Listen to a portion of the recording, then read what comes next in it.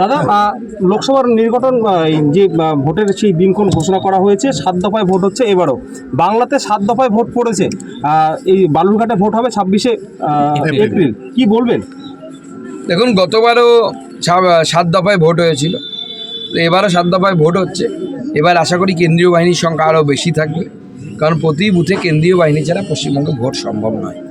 এবং নির্বাচন কমিশনের প্রেস কনফারেন্স আমি যতটা দেখেছি, মুখ্য নির্বাচন কমিশনার, তাতে উনি বলেছেন মাসেল পাওয়ার বন্ধ করা, মাসেল পাওয়ারের ব্যবহার বন্ধ করার জন্য যা যা ব্যবস্থা নেওয়ার নির্বাচন কমিশন নেবে।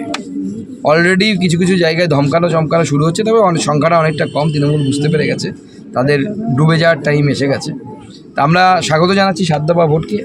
আমি ভেবেছিলাম হয়তো 8 দফায় হবে, তা 8 দফা হলো না, 7 দফাতে হচ্ছে। ঠিক আছে, চলবে। দ্বিতীয় ফেজে বালুরঘাট লোকসভার ভোট পড়েছে এবং 4 জুন সম্ভবত গণনা।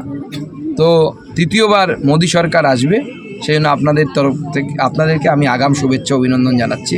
তৃতীয়বার মোদী সরকার 4 জুনে গণনা হওয়ার পর আবার প্রতিষ্ঠা হবে।